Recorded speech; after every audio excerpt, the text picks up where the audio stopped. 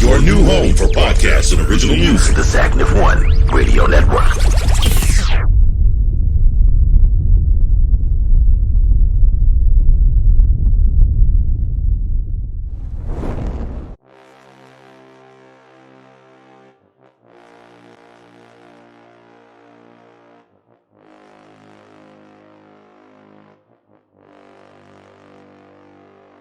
Nick Saban does not play anybody less than he doesn't put anybody less on the field than his very best players. Bama does what Bama do. Sorry, I heard a noise. My bad. Somebody just left it on left it on my step. that Colorado defense is definitely underrated, but they ended up pulling it out late. They have one of the players to watch for, Isaiah Spiller. Oh, it's better. It's better now. Trust me. Like back in the day, there was at least one murder. So I mean, it's better now. You realize that you're not doing anything to press your case by getting me to go down there. No, man, come on down there. It was only one murder. Yeah, they're only averaging one murder a year. And shout out to Florida. They're playing them this Saturday. Number 11 ranked Florida playing number 1 Alabama. So I think that's going to be a high scoring game. And wow. Well played, Collin. Well played. I did not see that was coming. you get a double finger point, one for me and one for Sean. You know you get. Here we go. Get your popcorn ready. So what's the big thing?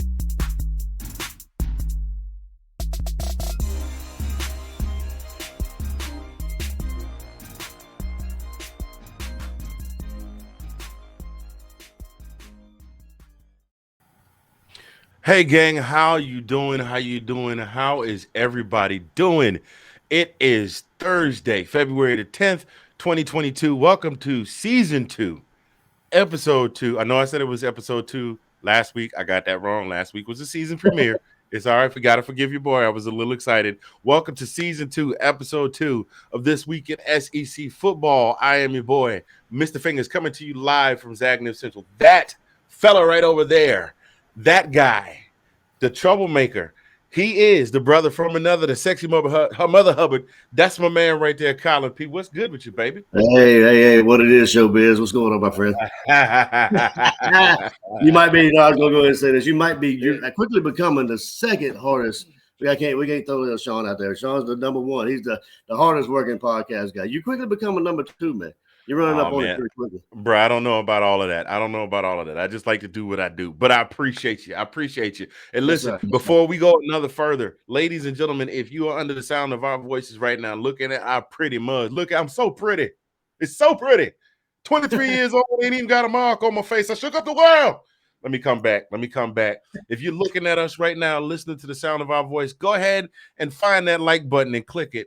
If you're on YouTube, hit the subscribe button. If you're on Facebook, hit the follow button. If you're on Instagram, well, we don't really do Instagram, but we put little clips up there. But if you're on Insta and you're catching this in a reel, hit the follow button. All of that stuff goes towards getting us boosted, getting us more subscribers, and getting us into the algorithm. And we appreciate you so much for doing so. So, absolutely. My man, it's been not a whole lot going on football wise. But my God, shout out to Uncle Lou. I'm sorry. It just came out every time. I can't say that. Uncle Lou is a very famous University of Georgia YouTuber. He's got tens upon thousands of subscribers, and he's one of the best SEC YouTubers out there. It's one of the best University of Georgia YouTubers out there. Shout out to Uncle Lou. But I'm gonna go ahead and say it again. Let me back it up. Zip. My God. There's been some craziness going on. Before we get started, got to shout out our sponsor, our number 1 show sponsor. They sponsor everything from the rooter to the tutor and everything in between. And it's so clean like Afro Sheen. DJG Enterprises and GreekGans.com. They can hook you up with all of your custom sports gear you want. They can make it in red and black. They can make it in blue and white. They can make it in that whatever that funky orange color and dark blue that look like black that Auburn wears. Whatever color you want it in, they can make it for you. They can also make you those beautiful custom Afghans. I don't know if you can see those down there in the corner, but go ahead and hit them up today at www.greekgans.com. Man, we might as well go ahead and jump right into the meat of it because we haven't been able to get away from it. Season's been over. I mean, well, not to cut you off, you thought the whole Lincoln Riley fiasco was going to be the last. hopefully the last 3 ring circus that we would kind of see. But good Lord, man, there's been one of them 3 rings. You know what I'm saying? Hey, 7 more rings. He could be a Marvel movie. Keeping it good. You know what? Since you mentioned Lincoln Riley, here's where we're gonna go to start it with. Lincoln Riley done it again, y'all. Lincoln Riley done it again. I know what I said. It was grammatically correct. If you're from the South, they're like, yeah, that boy said what he said. Lincoln Riley came out his mouth today. Did you see the story came out during the press conference, and he says, why, no, I did not steal any. I didn't actively recruit any Oklahoma players and steal them or entice them to come to USC. I just merely got guys out of the transfer portal. Yeah, it was like the lie he didn't tell. You know, now it's another lie he done told. That's what I'm saying. Right. Well, look, now he's even. He didn't tell that one lie, but he did tell this lie. But we know who's listen, Lincoln. We know who's at USC. If you guys haven't been watching, if you have no idea what's going on, Lincoln Riley, whole bunch of cloak and dagger about him going to coach at Notre Dame or something like that. I'm sorry, going to take the job at LSU. And he says, I'm the coach at Oklahoma University, and you guys just need to get that through your heads. The day after they lost their bowl game, the day after they lost the conference championship, he's on a plane headed to Los Angeles. And on Monday morning, they introduced him as their new coach out at University of Southern California. So that's where the whole thing started. And then their star quarterback, Caleb Williams, says, I might stay. I might transfer. I don't know. And there's this whole will he or won't he. Well, last week it was revealed that he was going to surprise. University of Southern California. Oh, I'm so shocked. And then on top of that, another one of their star players, Mario Williams, their wide receiver, their number 1 wide receiver, I think he's number 2 behind Marvin Mims, either number 1 or number 2, decides to transfer to. Do I even dare say it? Somehow or another, he winds up in Los Angeles. The 3 of them are all like Lincoln Riley acts like he was just walking down Rodeo Drive. And he's like, oh my God, Caleb, what are you doing here? Coach, I heard you was out here. I was just out here checking out the Hollywood Walk of Fame, man. Mom's is over at Man's Chinese restaurant right now, checking things out. Hey, yo, is that Mario? Mario, Caleb, Coach, Mario. Hey, why you here? Why you here? That's probably how it went down, Fingaz. I mean, that's probably how it went down. I mean, that sounds pretty much how it went. Oh man, his right in Lincoln Riley's mind for sure. You want to know something funny? You want to know how quickly the fan base can turn on you? 1 year ago, this time, because those of you that don't know, I'm in Oklahoma City. You listen to sports radio, all they talked about was what a quarterback whisperer Lincoln Riley was, how great he was for the program, following in the footsteps of the great Bob Stoops, and how he's gotten 2 Heisman Trophy winners and a Heisman finalist at quarterback, and this year's going to be their year, and Spencer Rattler's going to step up. And man, the wheels almost fell off this year, but they still were able to at least get the conference championship, and then they lost there. And they're like, now he's gone, and now there was no goodbye. It was like their breakup. It was like a breakup by text. And when you get the text, the boyfriend is already halfway across the globe. Like there wasn't no time to say goodbye. There was no time to process feelings, no nothing. Lincoln was just like, yeah, I was gonna say you're in a unique position. I mean, even though you're a Georgia fan, you're out in Oklahoma, so you get to see the reaction firsthand. You know, I mean, I don't know how many friends of yours out there that you have that are Oklahoma fans, but I mean, you get to see it, you know, eyes on it, and I'm sure it is a spectacle to be seen. How, you know, we know how our Georgia fans can be. Some of them, you know what I'm saying, how they quickly can turn, you know, and I guess every team has them, but yeah, you're in a unique spot being out there at OKC, sorry.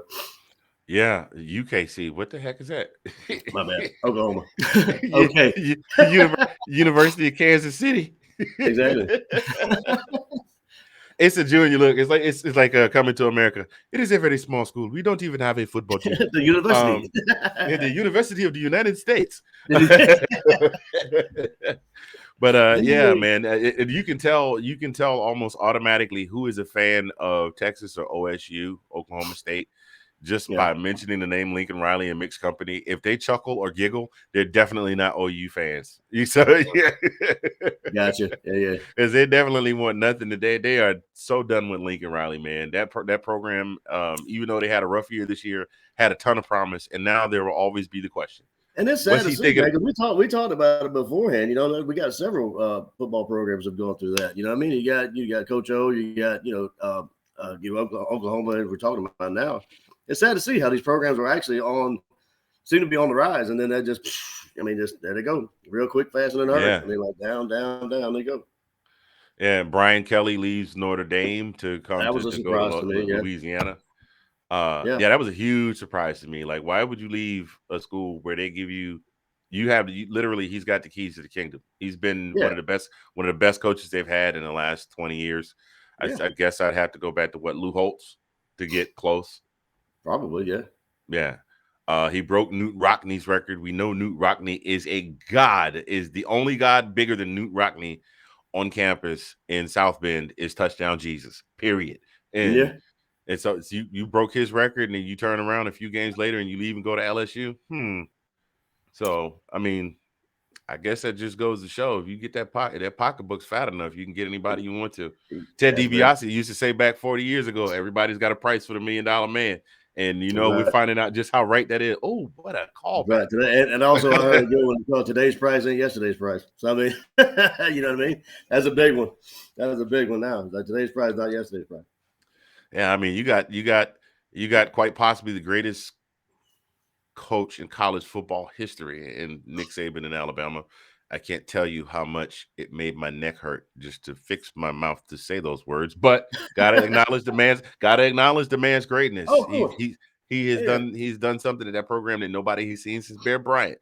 But we're witnessing right now the GOAT of college football coaching in Nick Saban. And now you got a coach over here who is his protege, who has built up a program, who has been to 2 national championships and now has a 500 record with his win a few weeks ago. I don't know. Some teams northwest of Atlanta, I don't know what team that is. But their coach, he's making $6-something million a year. And here you got these 2 guys that have never won a national championship that are making, I believe, $10 million and $12 million a year, respectively. Mm-hmm. Hey, look, if the money's right, they're gonna jump that flight. That's the new saying. The money's right, they jump that flight. There you go. It's got a ring to it. Absolutely. So yeah, Lincoln Riley at it again, and it's only February. I was telling you on the phone, man. I was like, I was kind of thinking we might not have a whole lot to talk about since football's done. Oh Lord, no, we've got plenty to talk about. Hey, y'all keep football related, football related outside, football related, but not not on the field, but outside. Crazy, man, great. Yes. Hey, so those of you coaches and players that are doing what you do, thank you for all of the material. We appreciate it sincerely. Oh, yeah. It's almost like being a comedian and having a slow period writing jokes, and all of a sudden, some man in Florida does something crazy, and the next thing you know, you got 20 minutes worth of material. Oh, man, but moving on. Those of you just joining us right now at this point in the program, welcome to This Week in SEC Football. I'm Mr. Fingaz. That guy right there is the brother from another, Collin P., originator of the saying, Bama does what Bama do. And that's my man's right there. And we're here talking college football, SEC style right now. Bro, what would you do if you had a question for you? What would you do if you had $778 million? 700. I mean, not 780. I mean, like, I don't give me that extra $2 million. No, just right at 7. Well, 7. Oh, that'd be a lot to do, man. That'd be a lot to do. I mean, it's the same I would do if I hit the lottery. I'd take $1 million. I would just blow the mess out of it. But I'm still good to go. Then I honestly, I don't know. I mean, I really don't know. What would you do? I mean, pretty much anything you wanted to do at that point, right? Yeah. I mean, I'm a little older now than I was in my that's good. That's how numbers work, Anthony. But I'm white. I've grown a little wiser in my old age. I would be real quiet with it. Nobody would know we had the money. That's for sure. That's for sure. Like I wouldn't just go to work tomorrow and quit my job. Like I might work another year, maybe 2, and then Just You better not. I might be sick. I'll just be sick. Hey, I feel like I'm gonna be sick for the next 2 weeks. but you burn you go burn up all your FMLA. Oh yeah, that'd be all. I mean, you know how they say it. If you want to burn all your vacation one time, you might come back and not have a job. Yeah, that'd be me. Yeah. Nah, I do it very I would do it very quietly, just only because of the world that we live in. And I mean, I know exactly where my money would be invested. I know both intangible goods and savings. So I got a plan already, brother. I got a plan. And needless to say, you know, the missus and the kids would be set up nicely. Sure. But 778, that's almost a billion. Like Cat Williams said, you should be able to kill somebody saying a billion. 1 billion. 1 billion. 1 billion, boo-boo. 1 billion. But $778 million, that's just over how much the SEC alone as a conference made this past year in revenue. 777.8. Yeah. They put the 0.8 on it like it makes a difference. Just round it up to 778. That's why I said, like, give me 780. I mean, don't even worry about the 780. What's another two? $777.8 million. That is how much they in revenue. After expenses for the bowl games, every school will net 54.6 mil. Jeez. And even though that's not 778 million, I could do some damage with 54 mil. Like, if that's what I get and I'm free and clear, I could do some damage with that. It's still time. Oh, one thing I'm definitely gonna do. I'm gonna travel. Oh yeah. Well, see, I mean, travel. People that have talked to me around here. I mean, I don't know, just the conversations. If you hit the million, you know, me and Brady already got it. We already got the line. We got it lined up. You know, we got everything lined up. We just need to hit them numbers. Just hit the numbers. That's a little piece of the puzzle. That's what we got to work on. But a little bit at a time, right? Exactly. I do something like "Where's Waldo?" but it'd be "Where's Collin?" So I got to log on Facebook every now and then and say, "Hey, somebody find me. I'll be in a different state. Whatever you find me, you get a check." Let me find out you gonna have me. Where's Collin? Now where's Waldo? Oh, come on, man. All we got to do is go to Fingaz. No. When Collin got that $778 million, Collin will not be at Fingaz.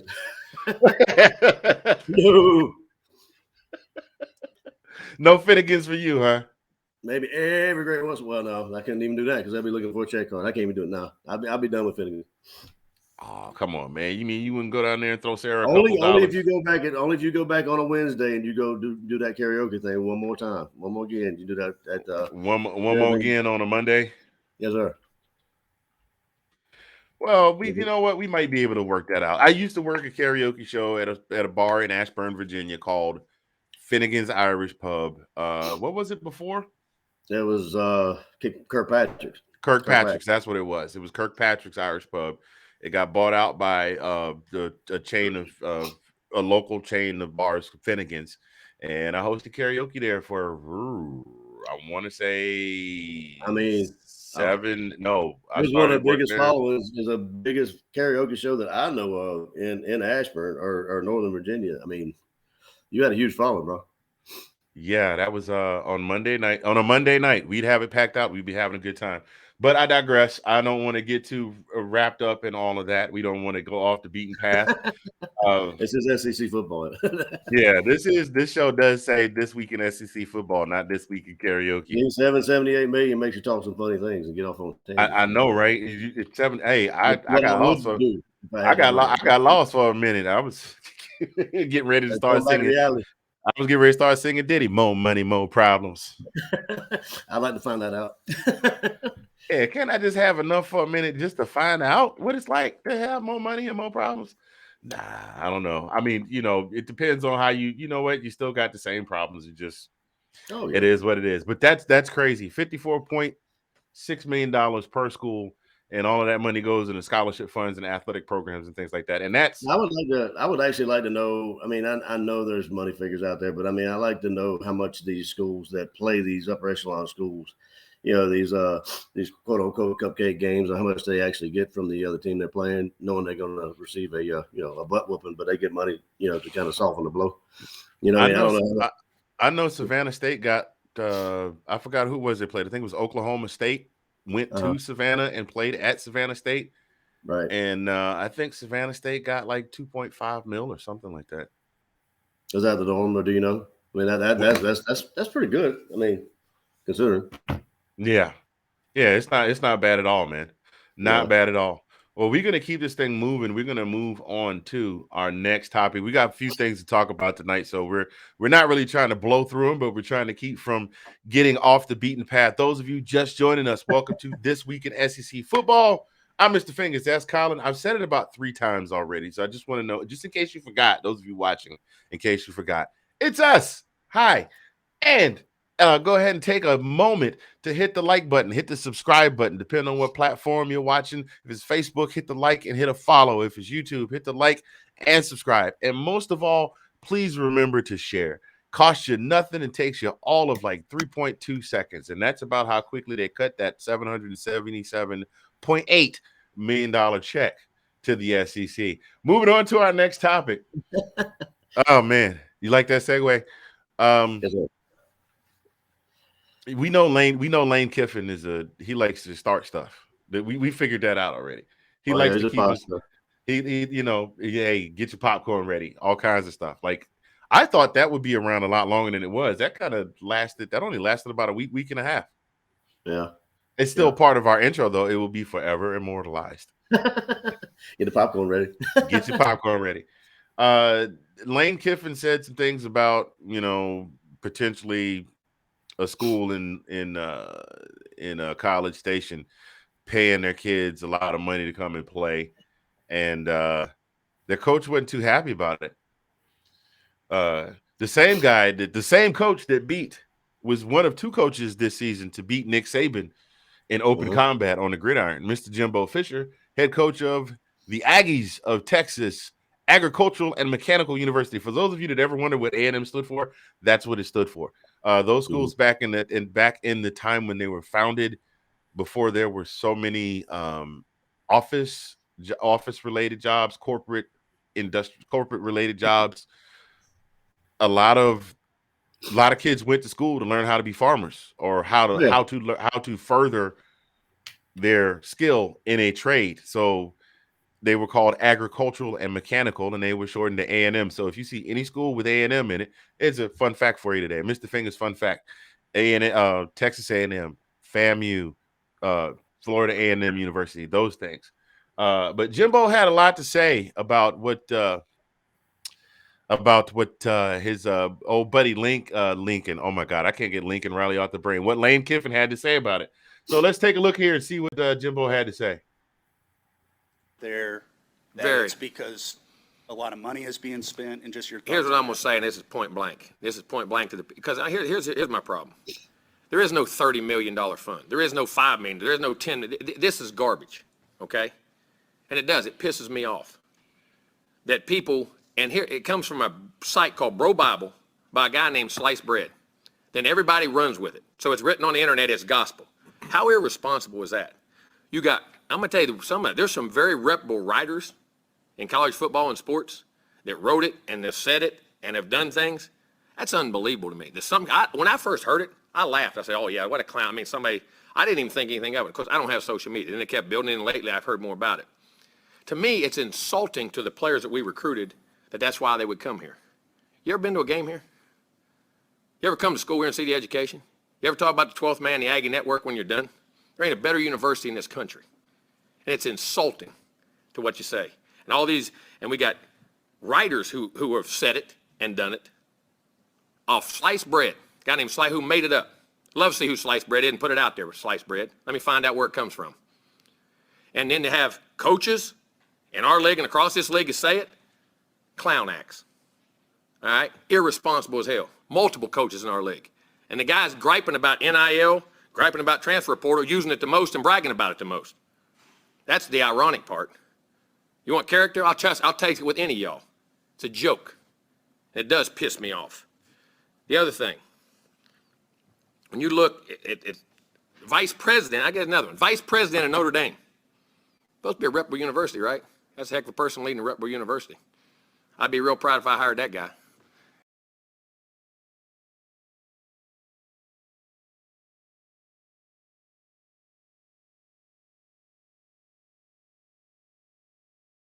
That's where we're going to stop with that right there. Jimbo had a lot more to say. He really was not too happy.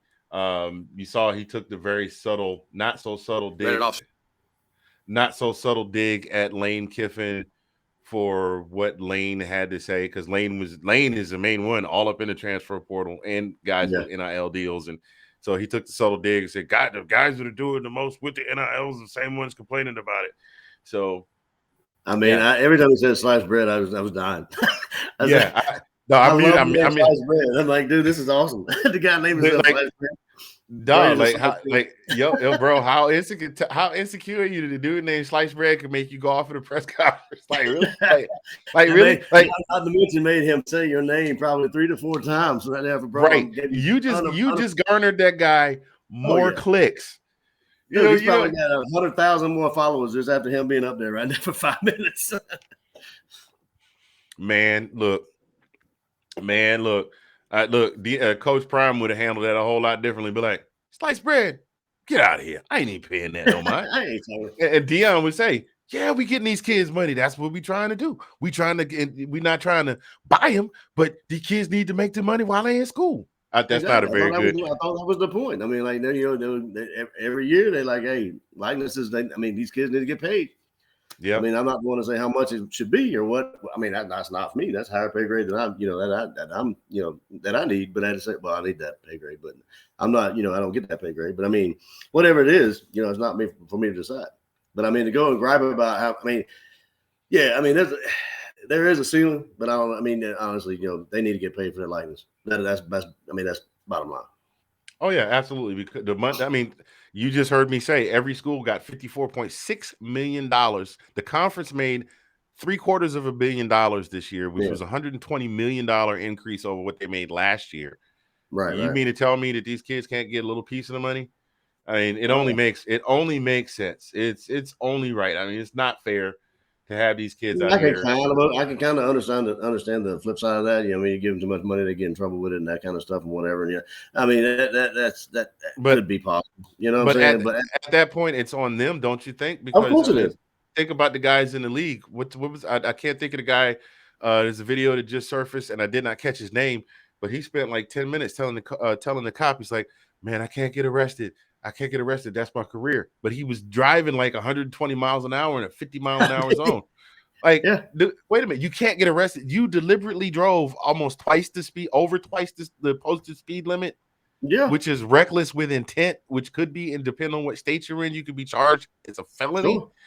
Yeah. And you knew you were driving that speed, but you go tell the police officer, "Please don't arrest me." He tried to play the football player card. Now he got away with it because the cop let him go.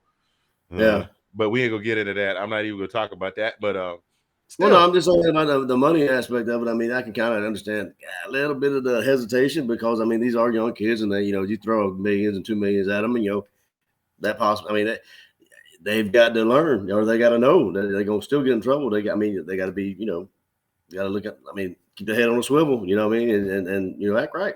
They get that money thrown at them. So that's on them. Absolutely, what you just said. It's on them. At the end of the day. But I mean, I can understand the hesitation, but they need to get paid for something for them, for their likeness being used by colleges and what have you. So yes, you're absolutely right. Hey, bro, I don't know if you heard, but I got news. We got news. Uh-oh. Ladies and gentlemen, this week in SEC football has some news we'd like to share with you. We follow a goodly amount of people that also do sports blogs and sports vlogs. We did previously reference world-renowned YouTuber Uncle Lou, University of Georgia, them dogs, YouTuber, tens upon thousands of followers. Great dude. He's even got a call-in show. But I discovered at the start of the football season, I discovered another guy. And at the time I discovered him, he only had about 2,500 followers. And he has, in the span of 4 months, especially driven by the craziness of this season, and the guy just puts out content, sometimes 2 to 3 videos a day. He's at least 1 video daily. Even when he had COVID, he still put out 1 video a day. Big West Virginia fan. Guy's name is Gold. He goes by the moniker Gold and Blue Dude. Well, guess what? Gold and Blue Dude is joining This Week in SEC Football next week. That's right, ladies and gentlemen, boys and girls. Oh boy, the homie, Gold and Blue Dude. I had a chance to talk with him on the phone today. He's a real laid back, chill kind of guy. He's got a lot of good takes. You could tell he does. You could tell he knows his stuff. So he's going to be joining us next week. We're going to talk about just some of the madness going on in college football in the offseason in general.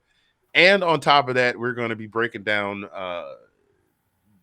the different ways that the playoff system can be expanded or changed. He's going to be coming and joining us and sharing that with us. So, that'd be awesome. And we'll be back on next week. Are we doing Thursday next week or Wednesday next week? Is Thursday better? Thursday's probably better for me, yeah, man. Okay, so we'll be on next Thursday, not Wednesday. He said he could do any day but Friday. So we'll be back on next Thursday with Gold and Blue Dude. Actually, we might have to change the day, but we'll get into that later. So anyway, Gold and Blue Dude will be joining This Week in SEC Football next week. Stay tuned and posted for times and for broadcast times and all of that stuff. We'll keep you posted. All right, well, we're going to move into I'm flying through these things today, bro. Oh yeah. Well, I mean, it's a lot to talk about. We've got our opinions. Yeah, we do. We do. I was gonna go back and say, Golden Blue Dude. I'd like to hear his opinion and his thoughts on the expansion of the playoff system and that kind of stuff.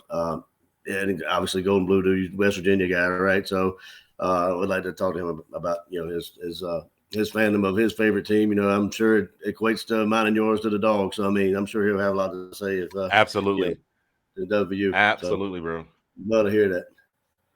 Yeah, we were talking on the phone today, and he was talking about some game that I needed to watch, and I was like, all right, man, I'm still on the clock. I'll catch up with you later. I got to go because we get ready to go down this road. I was at that game. I don't even want to hear that. I don't want to hear that. Yes, you know the one I'm talking about. I was at that game. I was there. Yeah. Oh, man. So moving on into our next segment. This next segment brought to you, ladies and gentlemen, by the good folks at Envision Social Media, giving you the power to empower, create, and sustain your social media platform. Got problems that you can't figure out why you don't have enough subscribers, why you're not getting enough eyes on your social media platform? Hit up the folks at www.envisionsocialmedia today, and they will get you going. Thank you so much for being a content sponsor of This Week in SEC Football. Well, as you know, sir, it is the second month of the year, which is synonymous for a lot of things. It's synonymous mainly with Valentine's Day. That's what most folks think about when they think about February. I do also think President's Day is this month, but for the entire month of February, it is Black History Month, and we, like our fellow Let's Talk Football family of shows, are going to be giving a tribute every week to a Black history figure. We're going to try and keep it SEC-centric. We managed to do it this week.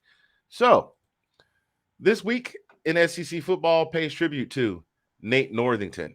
Now, for those of you who don't know who Nate Northington is, there we go. For those of you who don't know who Nate Northington is the first African-American to play football for an SEC program. I know a lot of you thought that it was Bear Bryant, but no, it was the University of Kentucky. That's right. The Wildcats broke the race barrier. He was an all-state defensive back at Thomas Jefferson High School in Louisville, Kentucky. And he was very highly recruited by Purdue. He had an opportunity to potentially go play with Bob Greasy. But the University of Kentucky wanted this guy so badly that the governor at the all-state athletic banquet, the governor of the state of Kentucky pulled him to the side and talked to him about coming to Kentucky and convincing his best friend to come with him. And his best friend's name is Greg Page. So they were both highly recruited. They both enrolled at the University of Kentucky in 1965. Well, come 1967, they had made their way up the roster to where they would get the opportunity to play. And Greg had an injury during practice that wound up with him being paralyzed. And the day before their second game of the season, which is when they were supposed to debut, Greg Page died. And that hit Nate pretty hard. That was his best friend on campus. But he went on to go and play in the next 5 games as the first player. This was in 1967. On 9/29/1967, that is when you saw the first African-American player take the gridiron for a Southeastern Conference team. He went on to start that game. 5 games later, he would leave. He really couldn't get over his friend's death.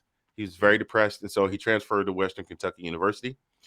In 2016, the University of Kentucky unveiled a statue of Northington and Page and Wilbur Hackett and Houston Hogg in commemoration. In 2017, which is the picture that you see right here, the SEC commemorated the 50th anniversary of him playing in his first game with the University of Kentucky. And they unveiled the statues outside the University of Kentucky athletic facility. He was quoted as saying, "The adversity we go through will only make us stronger if we persevere, continue on with fierce determination and intestinal fortitude. We must never give up, regardless of the struggles that come our way." And there you see the next frame here will be the statues that were unveiled in front of the athletic facility. Point of note, his other classmate, Wilbur Hackett, went on to become the first black team captain in any SEC sport in 1969. So, ladies and gentlemen, wow, this week's spotlight in Black history, Nate Northington of the University of Kentucky. Man, I appreciate that. Yeah, that was awesome. And no truer words have been spoken. I mean, like that guy was definitely wiser than a lot of people today. You know what I'm saying? To be Oh yeah, absolutely. And we see it all the time. And we've seen the movies about people that have broken the race barriers. We've seen the movie about Jesse Owens. We've seen the movie on Thurgood Marshall. There was the Jackie Robinson movie. We've seen this. Sure. But this guy here, we've seen the pictures of Ruby Bridges being escorted to school by federal law enforcement officers during the integration of schools. Yeah. But it was surprising to me. Like we were talking before the show, actually, that he went to Kentucky. I mean honestly, did you think he would go? I mean, like, do you think he would play for Kentucky? Do you think that would he before you actually looked all this up? Do you think he would have gone to another team, or do you think that? Well, like I said, he was being heavily courted by Purdue, and at that point, Bob Greasy was quarterback there, and we all know what Bob Greasy went on to do in the league with the Miami Dolphins. Believe he's in the Hall of Fame, right? Yeah, he's in the Hall of Fame. He went on to become a Hall of Fame quarterback in the NFL. So he was. It just was the governor pulling him to the side and saying, "Hey, look, really need you here, and we really need your help in making this happen." And he stepped out on that faith. And while he never went on to anything beyond his college football playing days, he never played in the pros. He will forever be enshrined in both in Black history, in college football history, and in American history as a barrier breaker. Yeah. So, and that's cool. They had the statues of all 4 of them right there. Yeah, and the other two players, Hackett and Hogg, were also they were also recruited at the same time, but they didn't get any playing time until later. So Northington was the first player to ever actually take the field. Like they were Okay. So yeah, that's good stuff, man. Yeah, I mean, and I wasn't around in the 1960s, but my parents were, and sure. Growing up, there were a lot of things that my parents told me how to walk and talk and act because I was born right on the tail. Civil rights. I was born 2 years after the Civil Rights Act was signed. Mm-hmm. So, in light of that fact, and then as I learned the history and the things that took place during the Civil Rights Movement, I mean, think about it. You think 7 years is not really necessarily all that long a time, right? Yeah, over the period of time. Think about this. 7 years before I died, John F. Kennedy was assassinated. 2 years before I died, Martin and Malcolm were assassinated. Yeah. 3 years before I died, Medgar Evers was assassinated. Right. 15 years before I was born. Did I say before I died? Oh my God. I was going to correct you. I was like, wait a minute, hold on. Are you dead yet? I mean, like, am I talking to a ghost? What's going on, bro? Wow. Okay. 15 years before I was born, people. I'm here. I'm I alive. got what you were saying. I got what you were saying. Go ahead. I got what you said. You hear me knocking on wood. 15 years before I was born was Emmett Till. When Emmett Till happened. So that's not all that long a span of period of time. No. And I can say with all authority that most of my friends, my black friends, their parents had that same level of caution that mine had for me because of what they had just seen happen over the span of the last 10 or 15 years. Mm-hmm. So for him to willingly decide, I'm going to go to school in Kentucky. Especially in that time frame. Yeah, you're right. Absolutely. Yep. Yeah.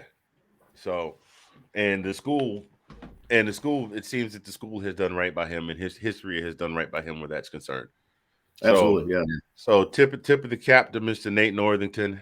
Yes, sir, man. We appreciate your efforts and what you have done because without him, would we have had Herschel? Would we have had Bo Jackson? Would we have had I'm getting ready to rattle off a whole bunch of University of Georgia players, and I'll stop right there. But some of the players, some of those players we see in the SEC today that have done what they have done. Started. Yeah, you actually might have started something with me. I might have to go back and see who the actually first African American player was for Georgia, and I don't know if you actually done that homework yet or not. But I mean, that would be no, I have not. But I tell you what, you got next week's this. You got next week's This Week in Black History moment. How about that? All right. How about that? I'll see. How about that? Run tell that. Yeah, I'll see what I can pull up. Okay, outstanding. Well, ladies and gentlemen, we have been having a wonderful show, and we're not going anywhere yet. But we saved the best, like Vanessa Williams said back in 1989. That's why we saved the best for last. You are dating yourself and myself with you right there, bro. Right away. Wait a minute now. Our parents could have been bumping that song back in the day. You never can tell. No, I'm just saying. Okay. I am the oldest member of any of the cast members of any of the shows on Let's Talk Football. And yeah, I'm 51 and what of it. And I'm still young. Don't let these gray hairs fool you. That's right. Anyway, there's been a story that will not go away, refuses to go away. It's like a bad penny that keeps turning up. The coach at the University of Auburn, Mr. Bryan Harsin. We know the front end of the story where he was a quarterback at Boise State, had a good career at Boise State. He became a graduate assistant coach after he finished his career as a quarterback at Boise State. He wound up coaching at Arizona State for a little bit. More on that later. We'll come back around to that. And then he wound up going back to Boise State and then winding up at Auburn. Auburn, the boosters said they'd had enough of Gus Malzahn. That was the boosters, man. You know what? Boosters are both a blessing and a curse. Sure. Yep. We know that at Georgia, man. I mean, honestly, we can kind of relate. You know what I mean? We can kind of relate to that. Not as much as what's going on now, but I mean, we can kind of relate to that. But folks that dump money into your school, when people are used to dumping money into your project, they expect you to have some results, and that's fair. That is fair. But I don't know that the boosters necessarily pay the coach. I don't know how any of that works.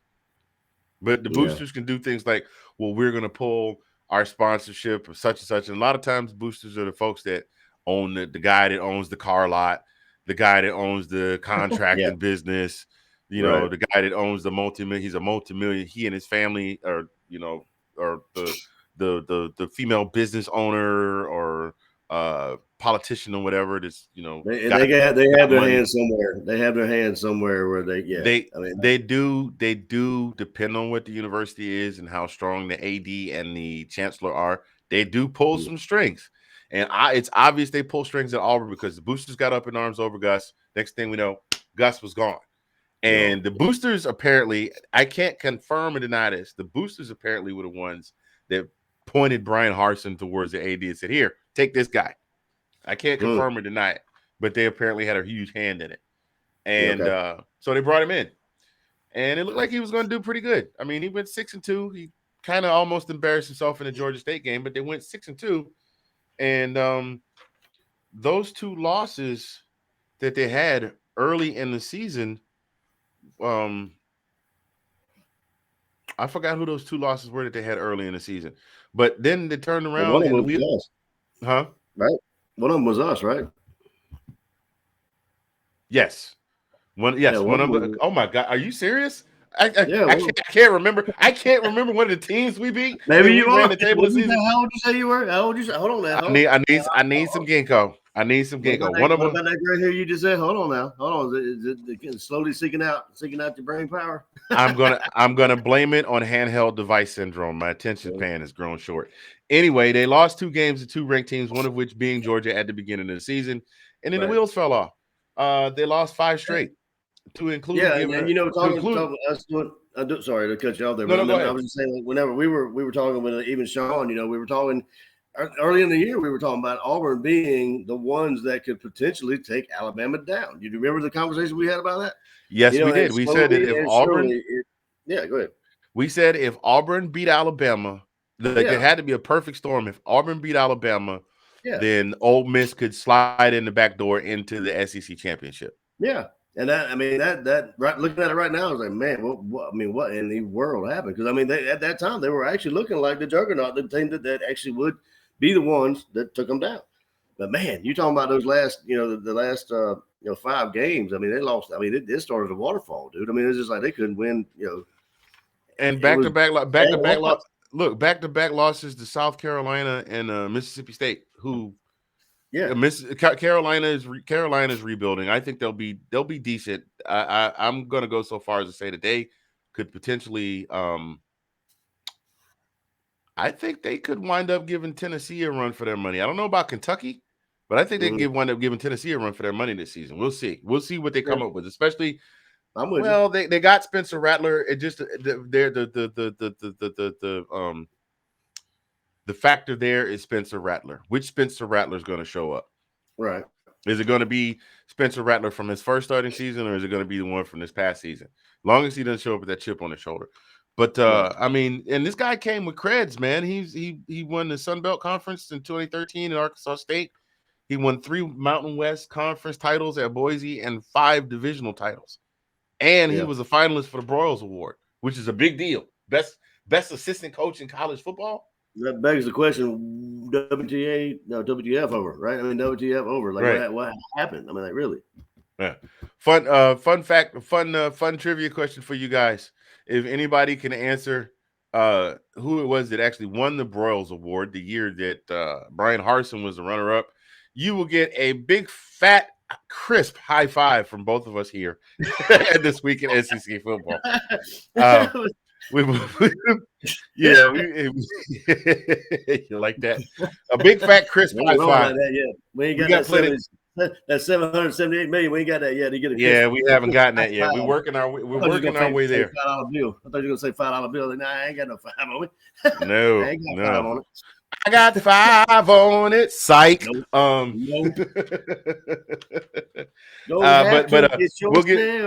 We'll give you a hint though. I don't know. Coaches at school in that town, it's like northwest of Atlanta. That guy, he used to work for Nick Saban, and now he's got his own team. He thinks he's big stuff because his team just won a national championship. Anyway, do with that what you will. Go Dogs. But this guy came in with pedigrees. He was doing good stuff. And there's some unsubstantiated, there's being some rumors floating around that are unsubstantiated. You think that has a lot to do with it, though? Like all that hearsay, he say, and she say, and all that kind of stuff with him and the other person that's being talked about right now. Here's what I think. his dad was big time. His dad was big time quarterback there. Okay. So he was his son, not his dad. Bo Nix's dad was a big time quarterback there. So Right. Yeah. So I Bo remember was the that. heir apparent to the throne. Blah blah blah. The wheels fell off the Bo Nix train early in the season, and coach really didn't do anything to right the ship. No, I didn't. Then Bo got hurt. Then Bo transfers out. They almost lost Tank. They've lost 18 or 20 some odd players since the end of the season. Yeah, like I told you, I mean, that's 20. The number I got like just recently, I just pulled up just a minute ago. 20 players and 5 assistant coaches. I mean, like now, I mean, how do you write the shit from that? One of those 5 was fired. That was Mike Bobo, and he's back at Georgia. Go with his analyst, yes, sir. But I mean, Derek Mason took almost $500,000 pay cut to get away from this guy. You know how bad. Do you know how bad you want to get away from somebody if you will walk away and leave $400,000 on the table? I would have a hard time walking away from the job if they offered me an extra $6,000.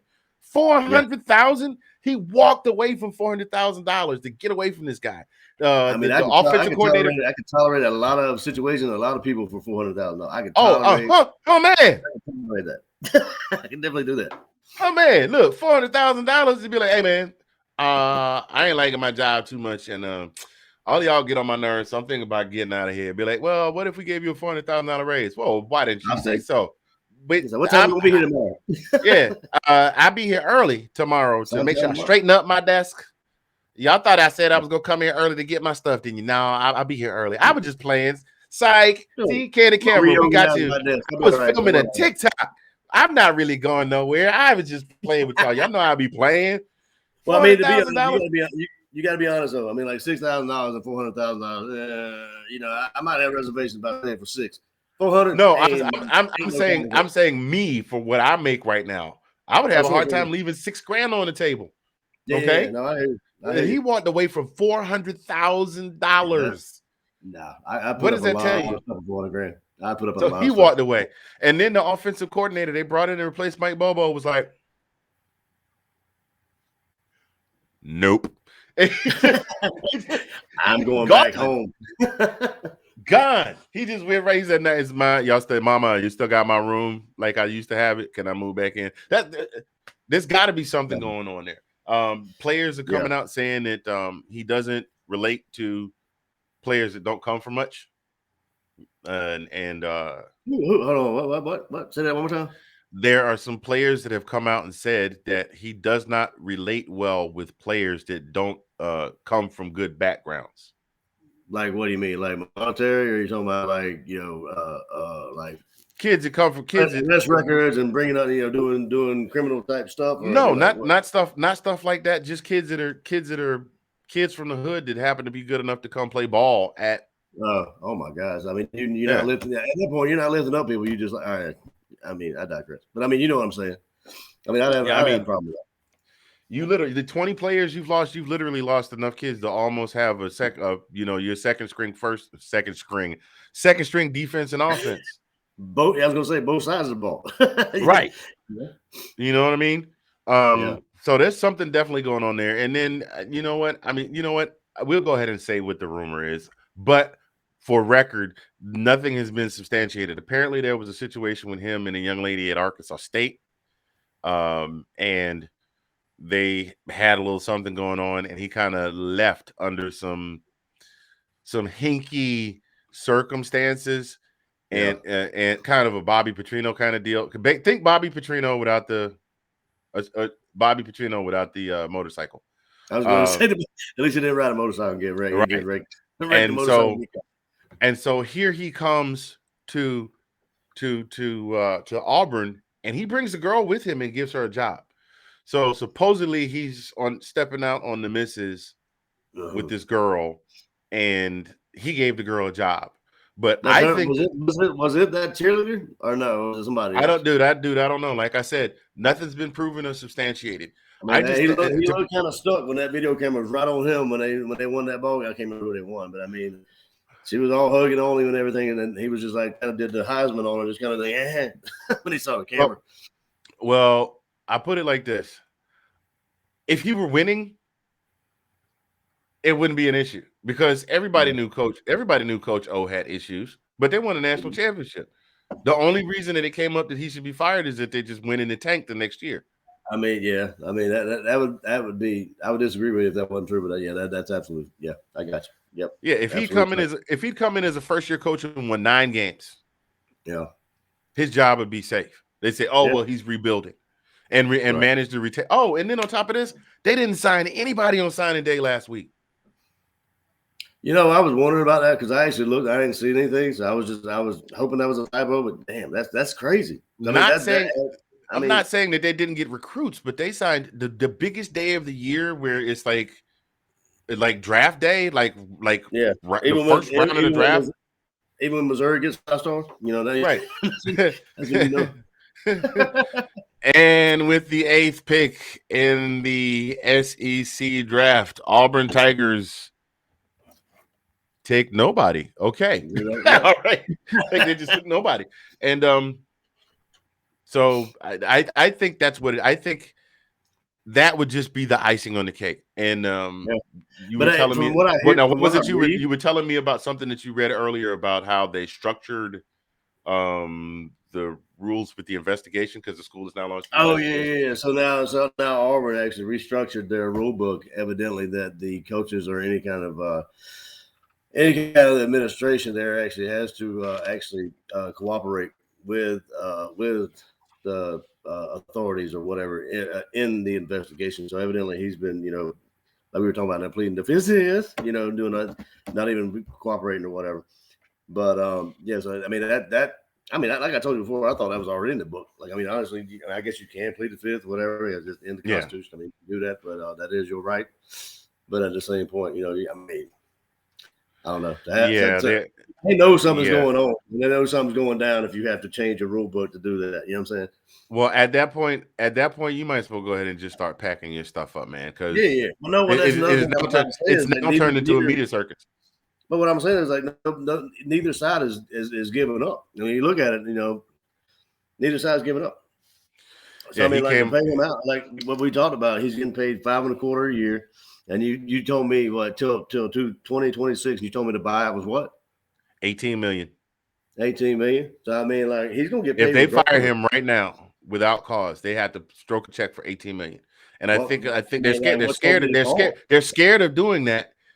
Because guess what? Guess who else they're still paying? Yeah. Yep. Hey, whose fault Gus is chilling. Gus is chilling in Punta Cana right now. Hell yeah, he is. Absolutely. He's sitting on the beach somewhere. He's sitting on the beach somewhere chilling. Like no salt. He's somewhere sitting on the beach chilling like Eddie Murphy and Dan Aykroyd in 48 Hours. Somebody Tupac's around there somewhere, you know. Yeah, supposedly. Mm-hmm. Supposedly, allegedly. So they would have to pay him out $18 million. They're still paying Gus Malzahn. And then they would have to hire someone else to come in. Now, at this point, who in their right mind would want to take? I mean, at this point, they're not going to get a marquee coach to come there because most of the coaches that were going to make the switch and swap already did it. Kelly's already at Notre Dame. Yeah, I mean, the high clientele is already gone. So I mean, yeah, you know, you got Miami's got a coach, Oregon got Dan Lanning, Miami's got Cristobal, Mel Tucker got locked in at Michigan State, Kelly's at Notre Dame, Mr. Can't keep his mouth shut is out in Southern California, so and Florida got Napier, I believe it is. Florida got Napier. Yeah, he's actually making moves right now. Napier, he's doing some good stuff. So where are you? So now what they're going to have to do is they're going to have to start looking at the second tier coaches, or maybe maybe picking up somebody's assistant coach from somewhere because that's all they're going to get. They're not going to get a top tier coach. They fire this guy. Auburn may realistically wind up being stuck with Bryan Harsin for another season and waiting to see where the coaching carousel leads. Yeah. I mean, they're gonna have to bring that checkbook out regardless. I'm afraid, though. I mean, they're gonna have to pay that cash. I mean, they're already paying it to Gus, like you said. I mean, they may end up having to pay. You know. Well, I think they're setting everything up so that they can fire him. So that they can fire him. the booster situation too. I mean, it's like they got a never-ending supply of money. I mean, you know they do. I mean, they got money coming from everywhere, so coming out of the ears. So I mean, they'll I mean, you never know though. I mean, like it goes back to what we were talking about. College football programs, looking great until they don't. I mean, it's just like they, just fall backwards, and it's very, very tough to watch. And it's just hard. I mean, it sucks to see, to be honest with you. Even for the players that are on those teams, I mean, It goes back to the coaching. How do you trust coaching and the administration or whatever it is? Why do you want to play? And then going back to what you said, what coach wants to coach there? What player wants to play there? Yeah. Because now anybody that you have that you potentially had recruited that was still thinking about going, it's like maybe in their junior year or maybe as a sophomore, they're already kind of courting them and talking to them about maybe coming there. Yeah. They're going someplace else. And guess what? And guess who your closest conference rival is, your closest division rival is. And even if they think that it's too stacked over there and they can't get in over there, you got Ole Miss, you got Mississippi State, you got Texas, you got Texas A&M, you got, you know what I mean? You got Kentucky, you got Georgia. They can go someplace else and play. They're going to wind up probably losing some recruits. If they don't handle this right, that program is going to be in shambles for a little bit. Oh yeah, they may. I don't know. They may end up. I don't know. I won't say Vanderbilt, but I mean they'll be close. I mean they'll rebuilding on 2.0. I mean it would be bad, to be honest with you. I don't know how they can right the ship, but Vanderbilt. You mentioned Vanderbilt. Let's be real about something. Vanderbilt is a school that's known for academics. I understand. And their football players. So is Harvard, and they play good. I mean, Harvard ain't got a bad football team. Yeah, well, we will see. We'll see. We'll just have to see. So right now, the school has hired its own firm of lawyers, and we shall see. I mean, he got back off vacation and crept in the back door, and then somebody figured out that he had crept in the back door. So they posted up on all sides of the building at any particular exit, at all the exits, and they waylaid him on his way out. And he just. We talking about the SEC? Yeah, at the SEC coaches meeting. Dude, I was reading on that. It's like Saban showed up in the Aston Martin. You know what Kirby showed in? A station wagon. Minivan. It is what it is, but Kirby got him an Aston Martin in the garage somewhere. Oh, absolutely, but you don't flaunt that. Again, he might not. Flaunt it. He's probably got 3 or 4 of them, but I mean, he ain't got to flaunt it. Get out of the grocery getter. You'll be all right. Yeah, right. Man, it's gonna be interesting to see how this thing plays out over the course of. I give it. I don't know. I think there could be a decision as soon as this weekend, if not this weekend, by this time next week. There definitely will be a decision. That was gonna be my next thing. You think they're gonna drag it out, or they're gonna make a decision? Oh no, I think they feel like they have found enough whatever they need to get rid of him, which is why they put the clause in there. Like I think they already have the. Well, they beefed up the investigation. From what I saw, they beefed it up like not too long ago. What was it, yesterday? Whatever they kind of put a little more oomph in the investigation there to see. Not as if they don't have enough already, but I mean, for them doing that, I agree with you totally, because I mean they think they got something, or they may have something solid. So they got It's kind of like that last scene in SVU, like they used to do back in the day when they actually showed the courtroom trial, the trial phase of the show, and when it looks like the perpetrator is going to get off, and Barbara all of a sudden goes in his briefcase and pulls out the murder weapon, and the guy's face just dropped. I think they already have the murder weapon. They're just setting this whole stage up to see what he's going to say. Right. Which is nothing. So who's to say that the boosters haven't gotten to that girl and slid a couple dollars in her pocket and said, listen, just if there's something going on, just talk with these people and let them know what you know. We'll take care of you. We're just trying to get rid of him. Yeah. I mean, now, all conjecture, ladies and gentlemen. We don't know that any of this stuff actually happened between him and the girl. All this is opinion. Opinion It's based. all just this is the things that we have heard and read that potentially could be the scenario. But what we do know is the program is in shambles. They lost 5 straight games after an awesome start to the season. He's lost 20 players. That's the biggest thing. Yeah, No, he's I'm sorry, lost 20 players. He's Yeah. lost 5 coaches. He's recruited. His recruiting sucks. So I mean, if you go back, if you go back to our recordings, from me, you, and Sean, sometimes when he showed up, look what we talked about Auburn. I mean, we all said great things about Auburn. They could be boom, and then we started. It was gone. Yeah. Like it was nothing good to say about them after a couple of games. Like, and be funny. I mean, like actually, funny thing is, I believe all that started happening after we played them. Correct, or was it before us? Apparently the parts you mean the team falling apart? Yeah, the team falling apart. Yeah. I think so. Now I'd love to be able to say it had something to do with us, but I doubt it. Well, no, I mean I'm not saying that's just ironic. Like every team we play that's supposed to be, what was up, we kind of shut them up real fast.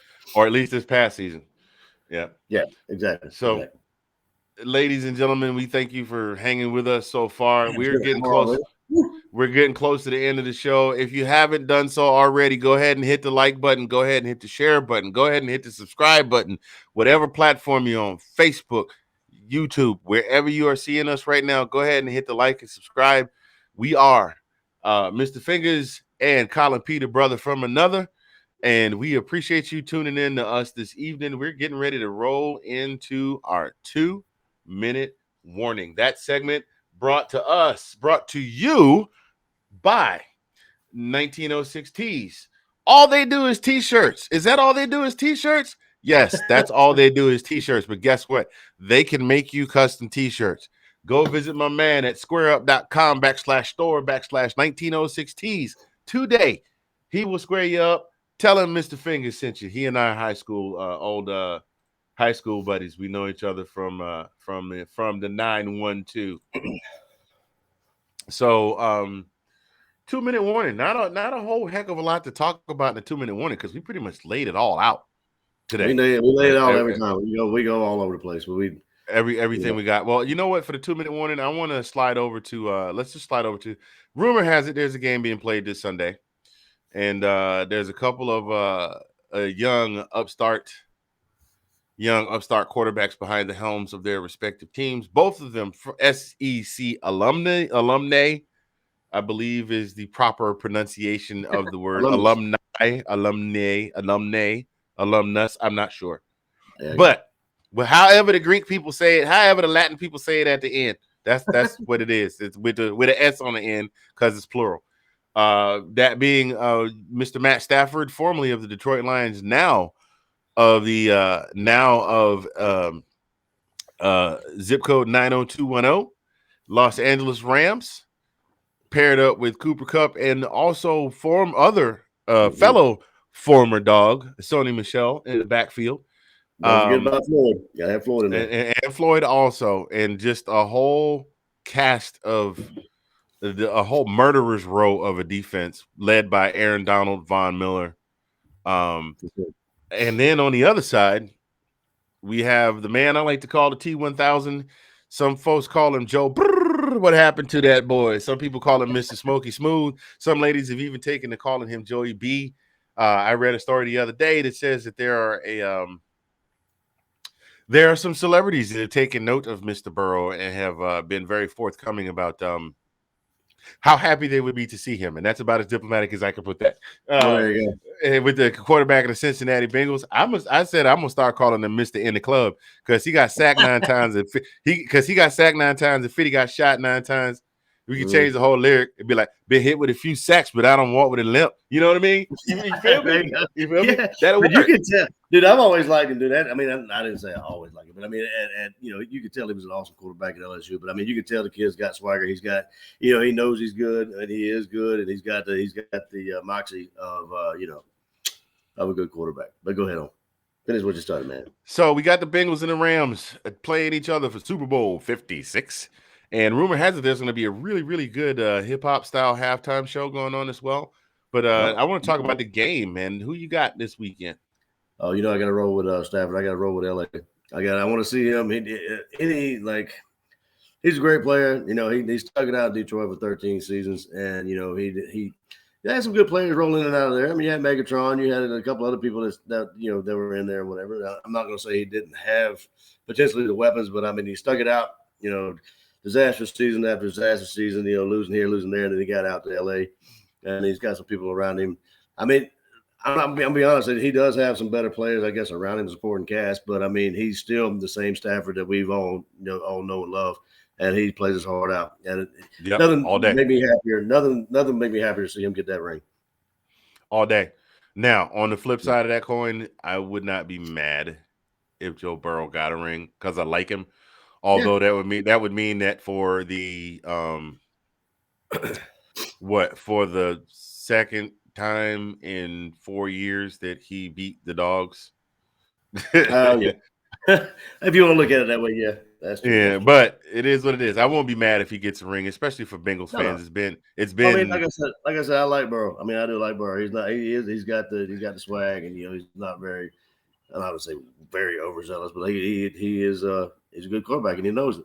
So I ain't mad at that. Yeah, I saw a news article. There's a family that's had a bottle of champagne that they bought in 1989 that they brought out, and they said that if the Bengals win, they will pop it open.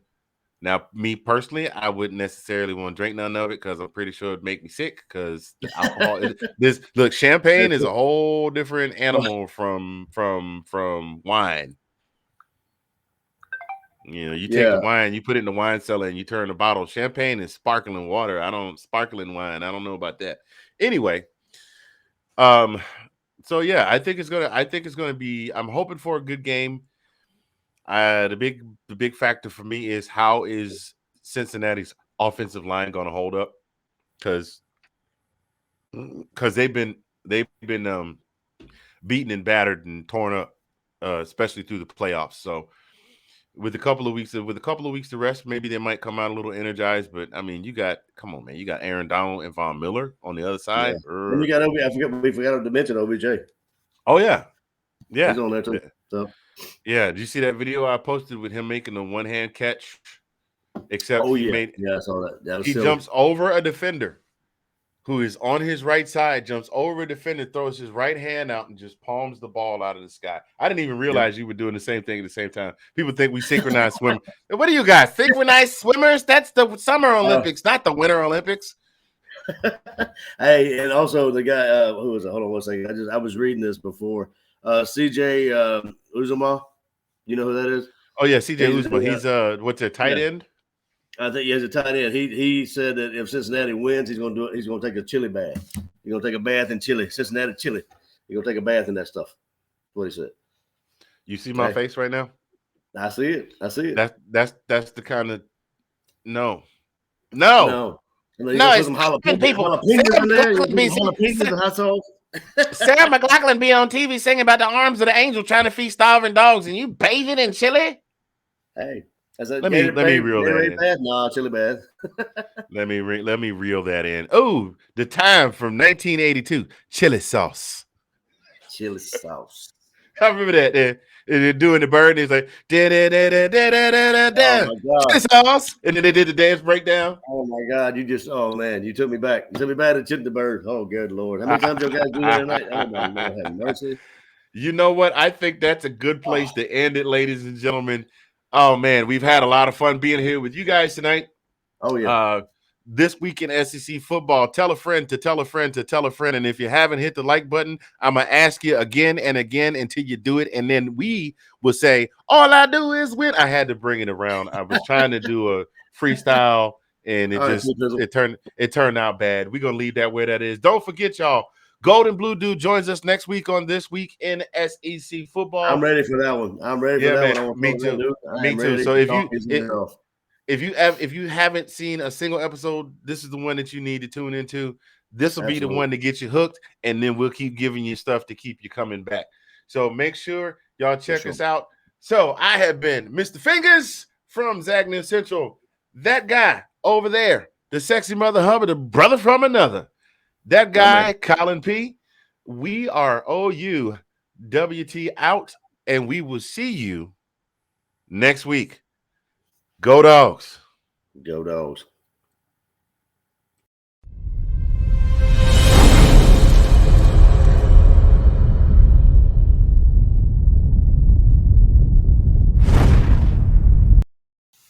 Boom. That was a good one, brother. I enjoyed it. That was a good one. Yeah, it was. Hang tight because I need to reset and we need to record a couple of I need to record the whatever